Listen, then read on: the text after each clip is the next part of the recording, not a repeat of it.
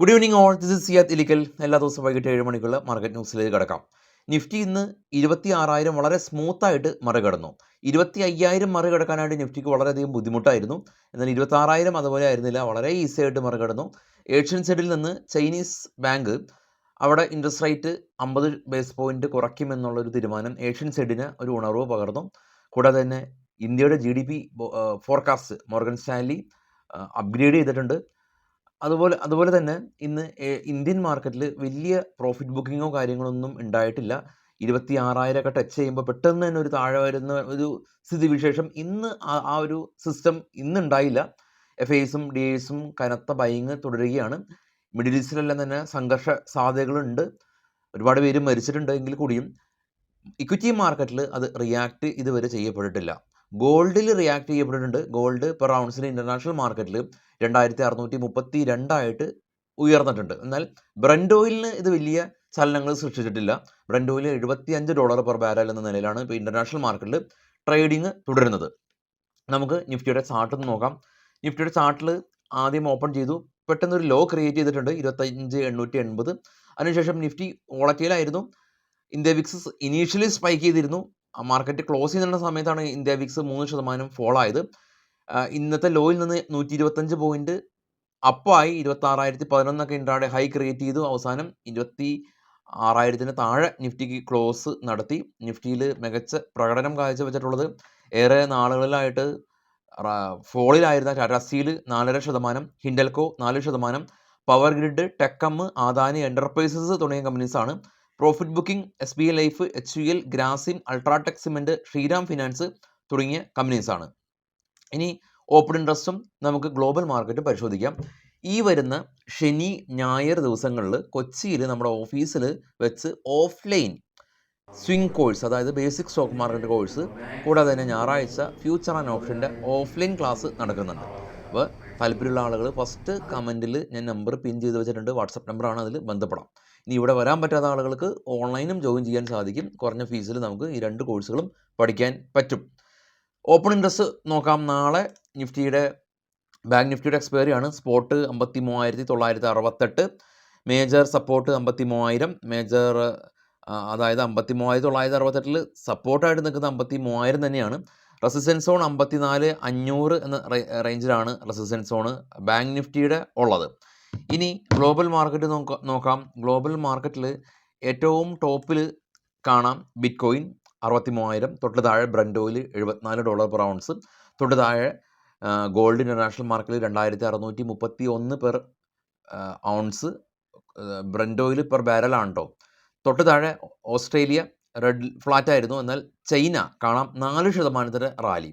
Chinese മാർക്കറ്റിൽ 4% rally രേഖപ്പെടുത്താനുള്ള കാരണം നമ്മൾ നേരത്തെ സൂചിപ്പിച്ച പോലെ തന്നെ അവിടെ interest rate cut 50 base point ആണ്. കൊറിയ, ജപ്പാൻ എല്ലാം തന്നെ പോസിറ്റീവാണ്. ഇപ്പോൾ ട്രേഡ് ചെയ്യുന്ന ഡോ ഫ്യൂച്ചർ ഫ്ലാറ്റാണ്. ഇന്ത്യ വിക്സ് 3% ഇടിഞ്ഞു. ജർമ്മൻ, UK, ഫ്രാൻസ് മാർക്കറ്റുകൾ പോസിറ്റീവായ രീതിയിൽ നിലകൊള്ളുന്നുണ്ട്. അപ്പോൾ ഇതുവരെ യുദ്ധം മറ്റും കാര്യങ്ങളൊന്നും തന്നെ മാർക്കറ്റിനെ ടച്ച് ചെയ്തിട്ടില്ല. പക്ഷേ ഇന്നത്തെ പേപ്പറുകളൊക്കെ നോക്കുമ്പോൾ നിങ്ങൾക്കും മനസ്സിലാക്കാൻ സാധിക്കും, ഒരുപാട് പേര് മരിച്ചിട്ടുണ്ട്. സ്വാഭാവികമായ രീതിയിൽ യുദ്ധം ഉണ്ടാകുക എന്ന് പറയുന്നത് ഇക്വിറ്റി മാർക്കറ്റിനെ സംബന്ധിച്ചത് അത്ര നല്ല കാര്യമല്ല. അപ്പോൾ ഈ പശ്ചിമേഷ്യയിൽ ഒരുപാട് നാളുകളായിട്ട് യുദ്ധമുണ്ട്. ഇപ്പോൾ ഇറാൻ ഇസ്രായേൽ ആ ഒരു യുദ്ധ സമയത്ത് മാർക്കറ്റ് സീവിയർ ഫോൾ ആയിരുന്നു. അതിനുശേഷം പെട്ടെന്ന് തന്നെ തിരിച്ചു കയറി. അപ്പോൾ അതുപോലെയുള്ളൊരു ഫോള് കണ്ടില്ല. കാരണം ഒരേ കാരണം കൊണ്ട് മൾട്ടിപ്പിൾ ടൈംസ് മാർക്കറ്റ് ഫോൾ ആകില്ല എന്ന് പൊതുവേ പറയപ്പെടാറുണ്ട്. പക്ഷെ മാർക്കറ്റിനെ സംബന്ധിച്ച് അങ്ങനെ ഒരു പ്രീ ഡിഫൈൻഡ് ആയിട്ടുള്ള നിയമങ്ങളോ കാര്യങ്ങളൊന്നും ഇല്ല. ഒരു മാസീവായിട്ടുള്ള ആളുകളുടെ ഒരു പാനിക് സെല്ലിങ് കണ്ടു കഴിഞ്ഞാൽ സ്വാഭാവികമായിട്ടും ഇന്ത്യൻ മാർക്കറ്റിൽ അത് എഫക്റ്റ് ചെയ്യും. അപ്പോൾ കുറച്ചും കൂടി കോഷ്യസ് ആവുക. മാർക്കറ്റ് 26,000 എന്ന് പറയുന്നത് നമുക്കൊന്നും ചിന്തിക്കാൻ പറ്റുന്ന ഒരു റേഞ്ച് ആയിരുന്നില്ല. കൊറോണയ്ക്കൊക്കെ മുമ്പ് ട്രേഡിങ് തുടങ്ങിയ ആളുകളാണ് ഭൂരിഭാഗവും. നമ്മൾ കണ്ടു കൊറോണയിൽ നിന്ന് 12,000, വീണ്ടും 15, 14,500, പിന്നെ 15, 15,500, 16,500, 17,500 പെട്ടെന്നാണ് പോയത്. പിന്നെ 18,500, 20,000 വലിയ ആഘോഷങ്ങൾ.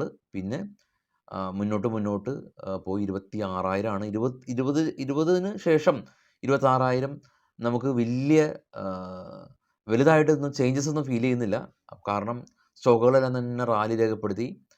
എല്ലാ ആളുകളും ഇക്വിറ്റിയിലൊക്കെ ട്രേഡ് ചെയ്യുന്ന ആളുകൾ പഴയ പലപ്പോഴും പല ആളുകൾ പറയാറുണ്ട് എൻ്റെ കയ്യിൽ ആ സ്റ്റോക്ക് ഇന്ന വിലക്ക് ഉണ്ടായിരുന്നു ഇപ്പോൾ ഇല്ല എന്നുള്ളത്. അപ്പോൾ ഇനിയും മാർക്കറ്റ് രാകേഷ് ചുഞ്ചുൻവാലയുടെ ഒക്കെ ഒരു പഴയ ഇൻ്റർവ്യൂവിൽ അദ്ദേഹം പറയുന്നത് നിഫ്റ്റി 1 lakh എത്തുമെന്നാണ്. അതിനുള്ള പൊട്ടൻഷ്യൽ ഇന്ത്യയിലുണ്ട് എന്നുള്ളതാണ്.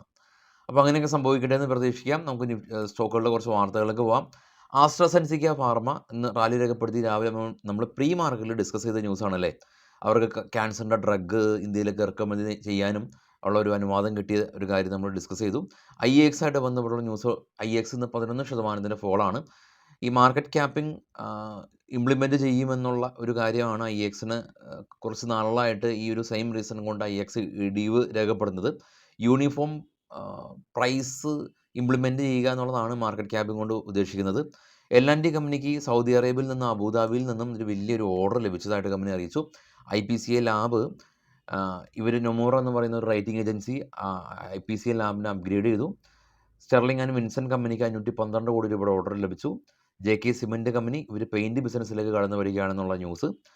SH കേൽക്കർ കമ്പനി കൊട്ടാക് എന്ന് പറയുന്ന ഒരു റേറ്റിംഗ് ഏജൻസി ഇവർ അപ്ഗ്രേഡ് ചെയ്തു.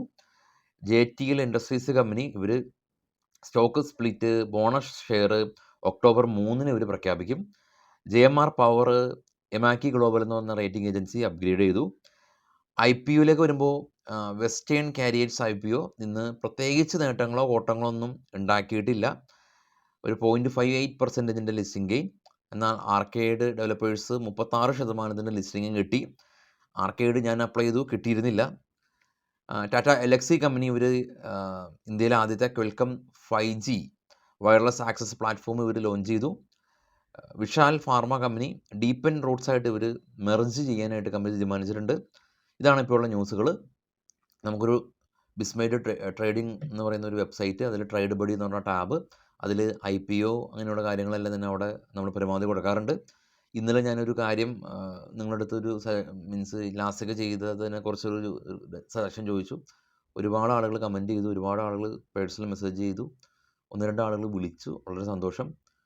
അപ്പോൾ ഈ വെരി സൂൺ തന്നെ ചെയ്യാനായിട്ടുള്ളൊരു പരിപാടിയുണ്ട്. കുറച്ച് വീഡിയോസൊക്കെ നമ്മൾ എടുത്തു വെക്കണം. മറ്റുള്ള ചാനലുകളൊക്കെ പോലെ തന്നെ നമുക്ക് ന്യൂസ് ആയതുകൊണ്ട് മുൻപ് എടുത്തു വെക്കാൻ പറ്റില്ല. അപ്പോൾ എനിവേ നാളെ രാവിലെ 7:00 വിശദമായിട്ടുള്ള പ്രീ മാർക്കറ്റ് ന്യൂസായിട്ടൊക്കെ എത്താം. വിക്സ് ഒന്നും സ്പൈക്കായിട്ടില്ല, 13 എന്ന നിലയിലാണ് ഉള്ളത്. US മാർക്കറ്റ് വാച്ച് ചെയ്യാം. നാളെ രാവിലെ 7:00 വിശദമായിട്ടുള്ള ഗ്ലോബൽ അപ്ഡേറ്റ്സ് ആയിട്ട് എത്താം. Thank you all.